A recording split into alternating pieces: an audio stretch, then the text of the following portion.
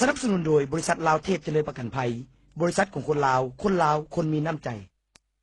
ระยะนี้เป็นระยะอยากห้องพิงพี่น้องเอ้ยระยะนี้เป็นระยะที่ว่าสร้างบรรยากาศความเบิกบานมวลซื่นกับพี่กับน้องกันเนาะแต่ว่าระยะนี้ผู้ใหญ่ใจดีของนุ่มพี่น้องก็คือลาวเทพเจริญประกันภัยให้บริการประกันภัยทั่วไปและประกันชีวิตบริการด้วยความโปร่งใสว่องไวและจริงใจเนาะซื้อประกันภัยลาวเทพเจริญซื้อด้วยความสบายใจเนาะเป็นอย่างจริงว่าแต่สั้นหอยซื้อด้วยความสบายใจตัวการบริการพอดีเป็นเลิศเนาะบอกว่าจะซื้อประกันภัยรถหรือว่าซื้อประกันภัยชีวิตเนาะการเข้มเงินคืนหรือว่าการบริการทั้งด้านเกี่ยวกับการไกลเกลี่ยคดีต่างๆลาวเทพเจริญประกันภัยว่องไวและกับบริการให้ทานได้สะดวกสบายว่าท่านสร้างมั่นใจได้ผลิตภัณฑ์เพื่อนบอกว่าจะเป็นผลิตภัณฑ์ประกันภัยรถประกันภัยอัคคีภัยประกันภัยสุขภาพประกันภัยอุบัติเหตุในงานและประกันภัยชีวิตแนะนำเลยประกันภัยชีวิตนี่พี่น้องเลยดีที่สุดกำลังนี่ครับผมนิยมกันดูการซื้อประกันชีวิตก็คือเป็นการทอนเงินทอนว่า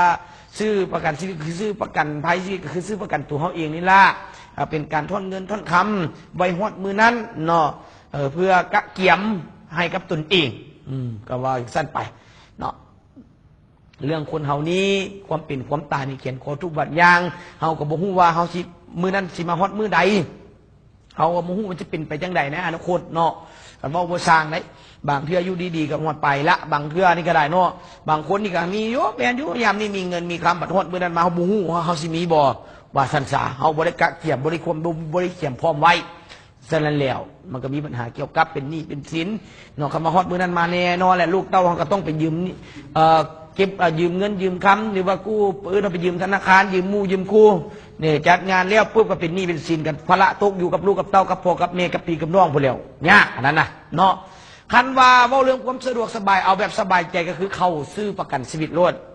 ซื้อให้ครับตัวเขาเองนี่ละ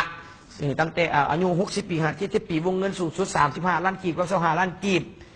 วันนี้18 ปี15 ปีกับวงเงินสูงสุด35 ล้านกีบ50 ล้านกีบนี่บัดนี้18 ปี60 ปีกับวงเงิน90 ล้านกีบ300 ล้านกีบ500 ล้านกีบหวายครับพี่น้องอุ้ยเนาะแล้วก็จะมีอีกพิเศษคอร์ดพิเศษก็คือ70 ปี80 ปีวงเงินสูงสุด25 ล้านกีบหรือ15 ล้านกีบเนี่ยประมาณนี้เนาะนุ่มจะให้ขอแนะนำเด้อกับเกี่ยวกับประกันชีวิตประกันภัยชีวิตเนาะของเราเทพเจริญเราเทพเจริญเป็นอีกบริษัทหนึ่งที่จะเคียงคู่อยู่กับสังคมเราเพิ่นก็มีการประกวดสิเนี่ยก็มีการประกอบส่วนเนาะประกอบส่วนเกี่ยวกับงานนี่แหละที่เราเขาได้เป็นเจ้าภาพจัดงานกองประชุมอาเซียนเนาะซึ่งมีนานาประเทศเนาะประธานที่บดีหลายๆประเทศได้เข้าร่วมเนาะอย่างหลวงหลายการนำของแต่ละประเทศได้เข้าร่วมแล้วลาวเทพเจริญจะเป็นส่วนหนึ่งที่เข้าร่วมประกอบส่วนก็คือว่าจะเป็นการซื้ออุปกรณ์เกี่ยวกับแนวกั้นทางซื้ออุปกรณ์เกี่ยวกับล็อกล้อรถเนาะเพื่อเป็นสร้างความเป็นระเบียบเรียบร้อยน้ำตามท้องถนนหนทางแล้วก็ยังมีอีกประกอบส่วนทางด้านฮิตของประเพณีบุญช่วงเฮือบ่ต่างๆบุญบั้งไฟเพื่อก็ได้ประกอบส่วนฉะนั้นแล้วลาวเทพเจริญอีกส่วนหนึ่งที่เป็นของคนลาวเห็นลาวใส่ลาวได้เราเจริญเพื่อเบิ่งแยงคนลาวเพื่อให้คนลาวเนาะฉะนั้นแล้วให้ทุกท่านได้สนับสนุนอีกหนึ่งบริษัทก็คือบริษัทลาวเทพเจริญประกันภัย